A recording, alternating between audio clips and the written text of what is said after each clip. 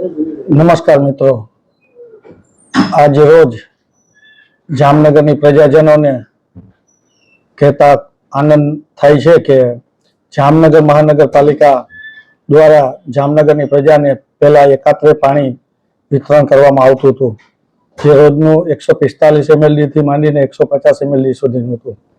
સરકારશ્રીના આદેશ અને બધા મહાનગરપાલિકામાં લગભગ મહાનગરપાલિકામાં રોજિંદુ પાણી અને પ્રજાજનોના પણ કહેવાથી રોજિંદુ પાણી આપવા આજ રોજ નિર્ણય કરવામાં આવેલો છે, જે પૈકી અમે લોકો રોજ પાણીનું હવે વિતરણ કરશું. એમાં 13 ઝોન છે, એમાં કાલથી દશેરાના દિવસે આપણે એક ઝોનમાં ટ્રાયલ માટે અત્યારે ટ્રાય કરી રહ્યા છીએ, જે રણજીતનગર સોલેરિયમ ઝોન છે, જેમાં દૈનિક આપણે 25 મિનિટ પાણીનું અત્યારે વિતરણ કરશું.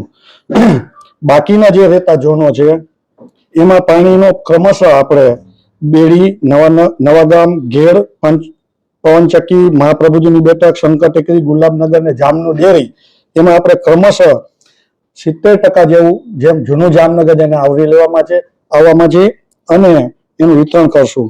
આ વિસ્તારોમાં કાલથી શરૂ થતું દશેરાના પવિત્ર દિવસે આપણે પાણીનું રોજ વિતરણ કરશું અને ક્રમશઃ આપણે ધીરે ધીરે 1 મહિના સુધીમાં તમામ જામનગરની પ્રજાને દૈનિક 25 મિનિટ પાણી મળી રહે એટલું આપણે પાણી બધાને આપશું અને પ્રજાજનોના લાગણી અને એને માન આપી આ નિર્ણય કરવામાં આવેલો છે.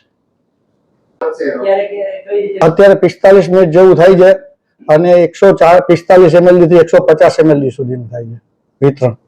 આપણે સમયનો ઘટાડો થોડો કરેલો છે, એટલે રોજે રોજનું જે પાણી વેસ્ટેજ જતું હતું એ પબ્લિક પોતાનો સદુપયોગ એ સમયનો કરશે ને પાણી વેસ્ટેજ ન જાય અને રોજે જાય. જાણી ઘણા માણસો હોય કે એ દિવસે રજા હોય તો એ દિવસે પાણીનું વિતરણ હોય અને એ દિવસે પોતે ઘરે ન હોય તો પાણી એને મળતું નહીં, જ્યારે ઓપ્શન દિવસોમાં પણ એને પાણી પોતે ઘરે એને મળી રહે એના માટે 25 મિનિટનો આપણે કાર્યક્રમ રાખેલો.